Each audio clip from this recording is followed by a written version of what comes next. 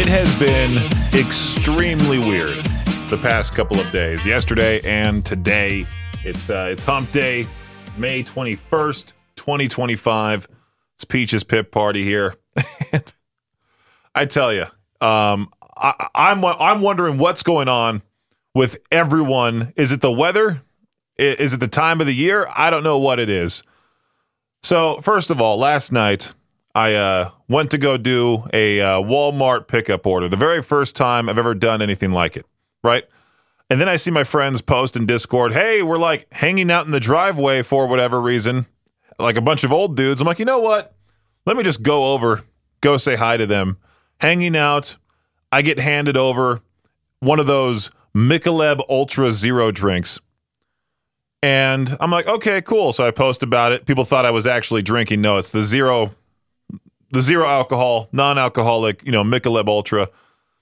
And so one of the people that I know that I sent the Snapchat to of me holding the drink was like, said something. I forgot exactly what. But then I said, yeah, I heard they're pretty bad.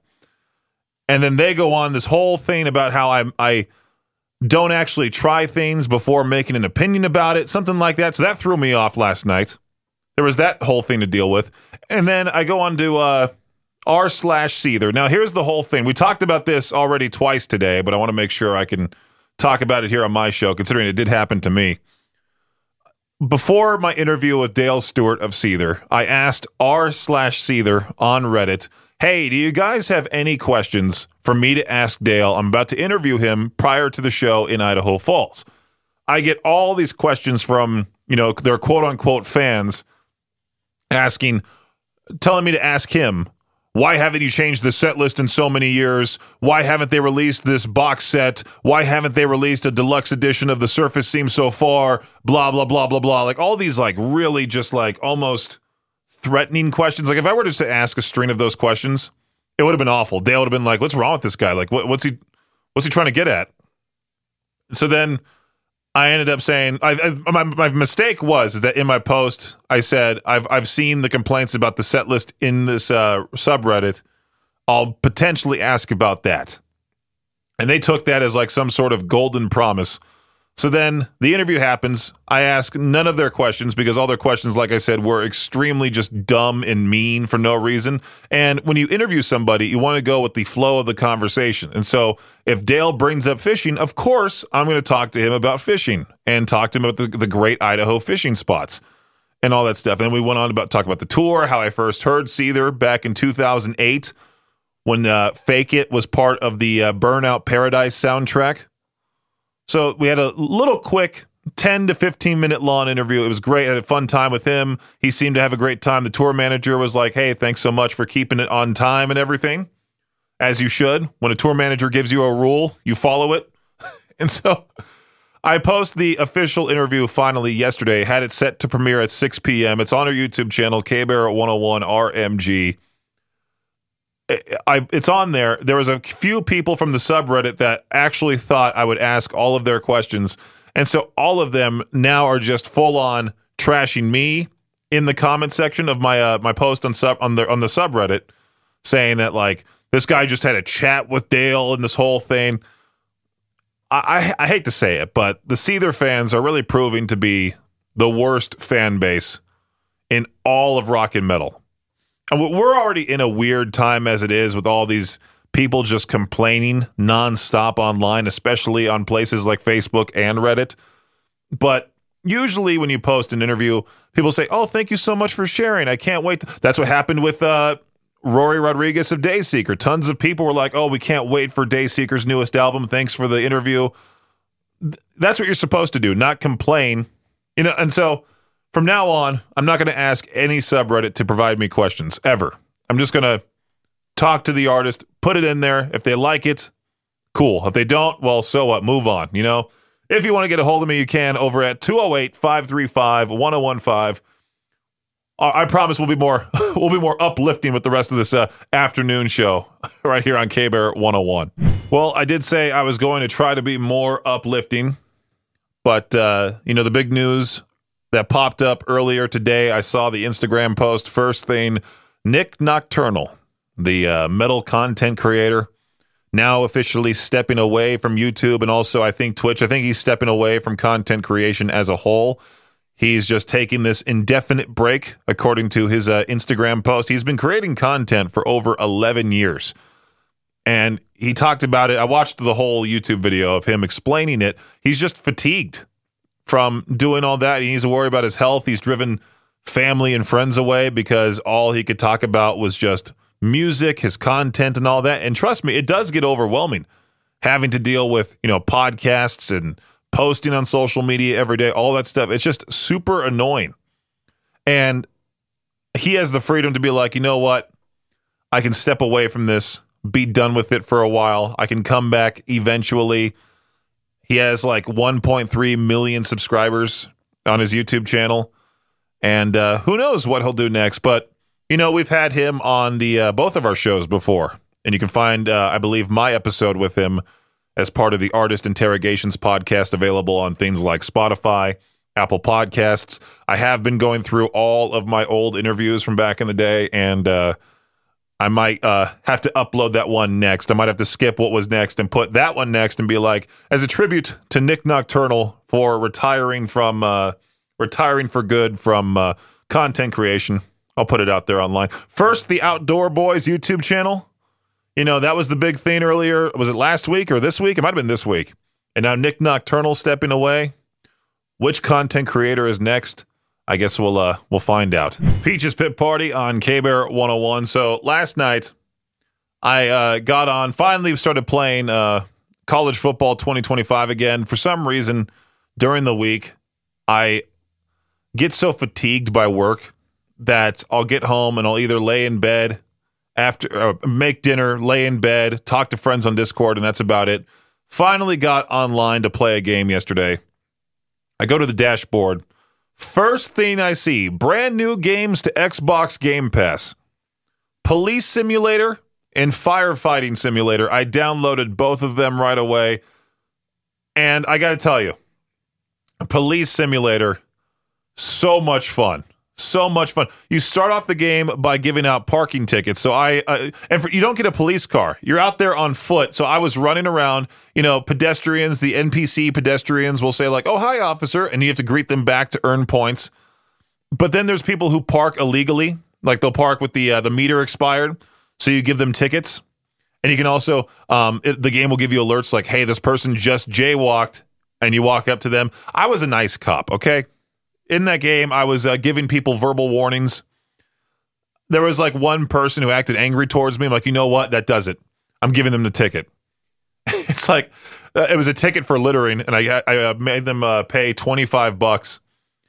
And it's funny because there's also, so eventually I got upgraded to start being able to do accidents. Like I would start evaluating car accidents and such. And one of the guys had more than 1 ounce in the game of marijuana, which is illegal in that game. It's like, hey, if you have more than an ounce, you're done. And so I arrested the guy, but apparently that's not what I was supposed to do, so I lost points for doing that. I actually ended up rage quitting just because I kept losing points for doing things that I guess I wasn't supposed to do. I don't know if I'm supposed to follow this whole formal thing. There was things on people's driver's licenses that I would get because you would always ask for their driver's license and insurance. And it said he had no gun permit, but when I searched him, he had a gun on him. So I arrested him for that. I lost points somehow. I'm trying to figure out if that's a bad thing to do or if I should just be like, hey, you know what? You're fine with this gun. Just make sure to get a permit. That type of thing. Police Simulator, I'll give it another try tonight. Maybe I should stream it. Maybe I should take one of these webcams home. Do I still have my old webcam in here? Maybe I should just hop on Twitch and stream it for the K-Bear listeners who follow me to see. Who knows? K-Bear 101, we're getting closer to Memorial Day weekend. We're going to have Monday, Memorial Day off. So just giving you the heads up right now. But that next Monday, the week after, Monday, June 2nd, at 8 a.m., Victor and I will be alongside Teton Auto Credit. We'll be doing a community cemetery cleanup. Victor is going to be at Rose Hill. I'll be at Fielding Memorial in Idaho Falls. We'll both be helping, preserve what's there, take care of the tributes left behind. If you've got some time, you can come out and lend a hand with us. It's a simple way to show some respect and give back. But if you want to help out somewhere else, like let's say you're in Rexburg, Justin with 105 The Hawk and Teton Volkswagen will be at the Rexburg Cemetery at 10 a.m. Monday, June 2nd. Classy 97, Josh and Chantel, they'll be at the Blackfoot Cemetery at 8 a.m. with Teton Honda. And then Katie Lee and Teton Toyota, they're going to be at the Shelley Cemetery bright and early at 7 a.m. on Monday, June 2nd. You can find all the information on what I just talked about by clicking on Honor and Restore on the K-Bear, Alt, or Cannonball 101 apps. Do that and join us. Help us take care of those who we've lost because they've served this great country. Let's come together to honor, remember, and restore Monday, June 2nd.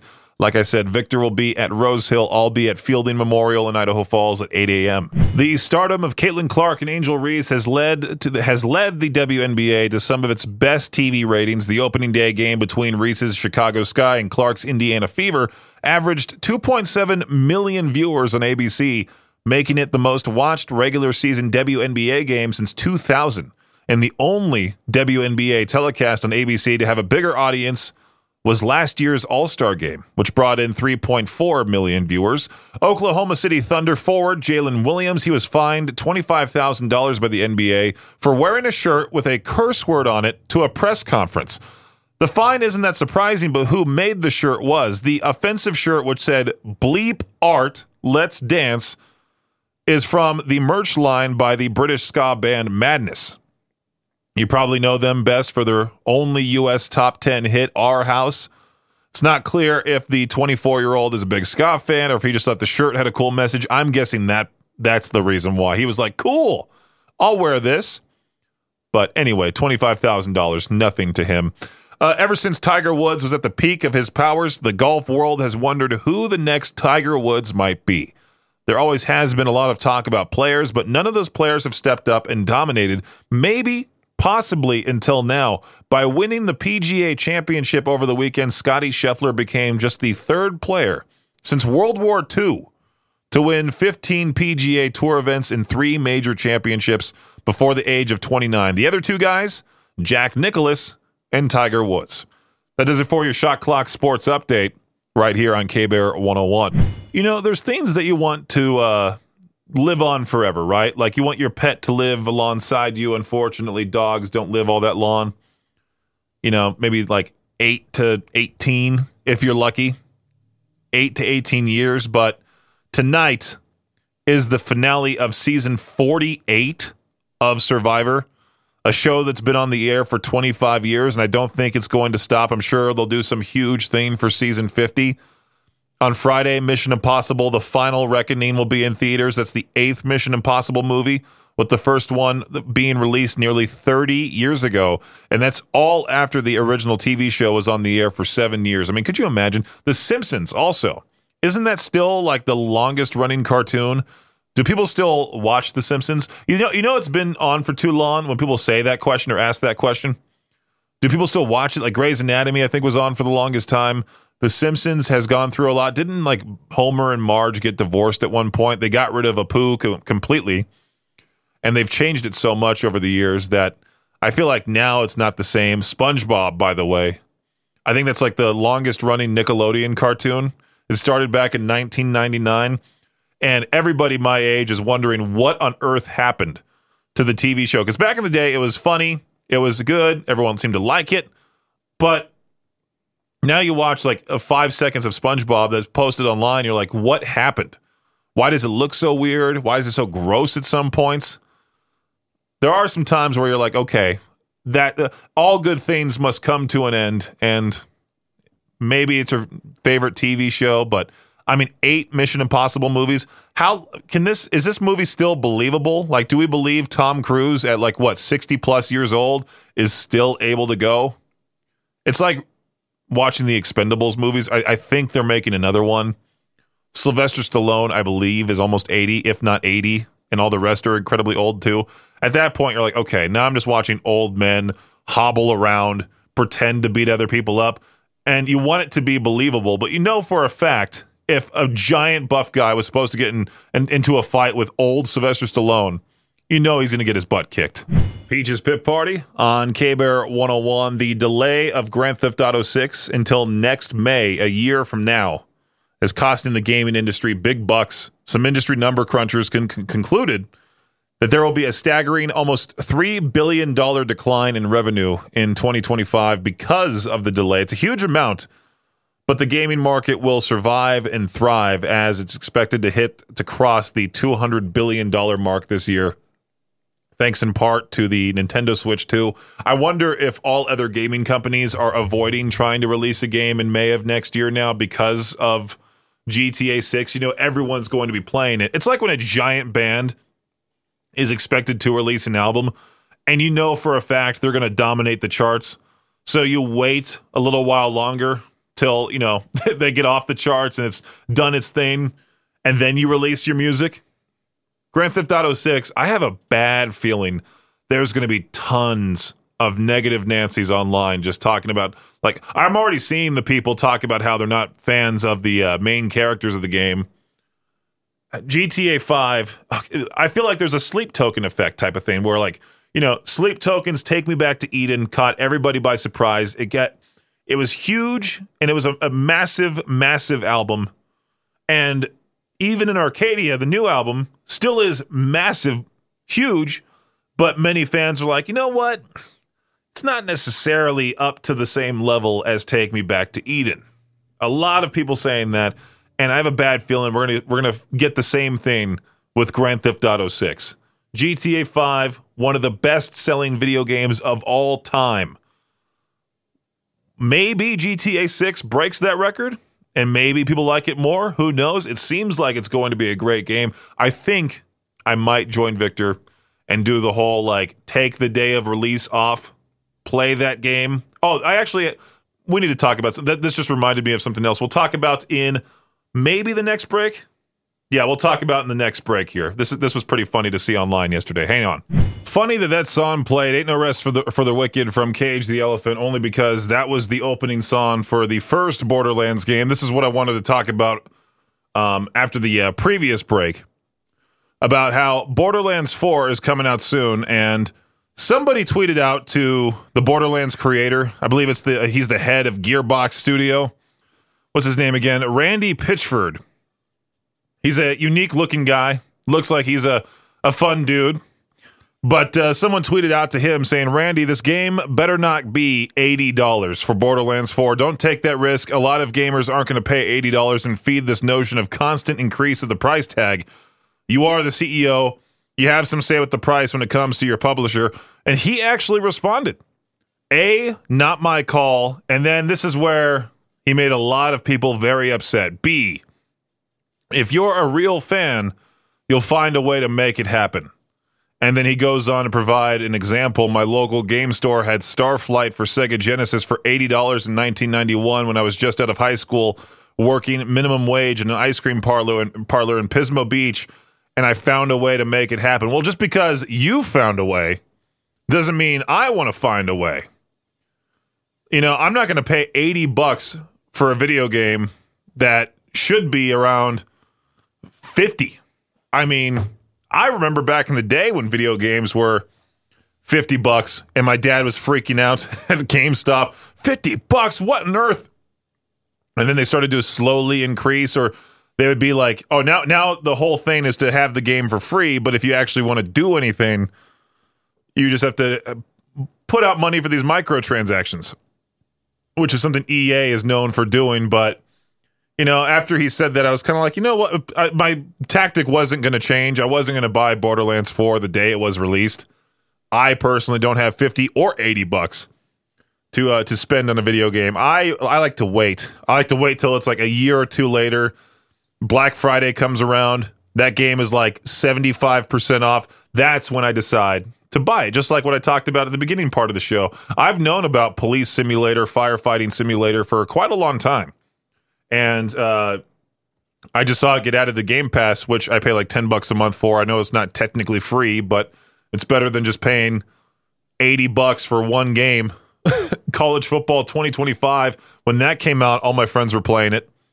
And then I got it a couple years later because I just waited and got it for much cheaper. I got it for like $15. So It's best to wait. Good things come to those who wait.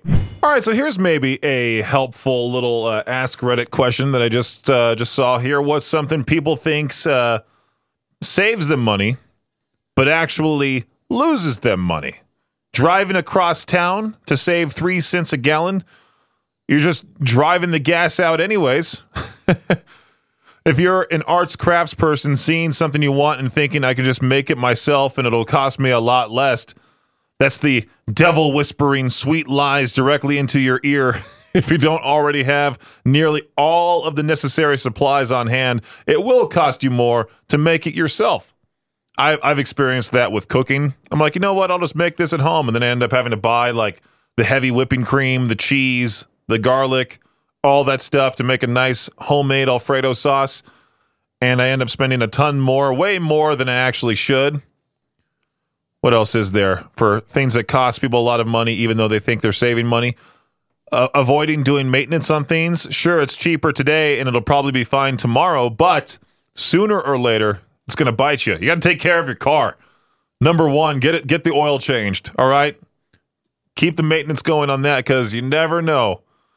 You decline that. Next thing you know, your car fails. You got to pay like, what, a few G's to get it replaced? Buying really cheap stuff. I'm not saying you have to buy top of the line, but at least get something semi-quality so you don't have to constantly replace it. Yeah, I've dealt with that with toilet paper and paper towels. It's one of the worst things when you have one-ply toilet paper. I'm not going to go into detail about that, but you get what I mean. So I came across r/millennials, the big question that this person was posting on Reddit. Did we get ripped off with homework? Says, my wife is a middle school and high school teacher and has worked for just about every type of school you can think of. Private, public, Title I, extremely privileged, and schools in between.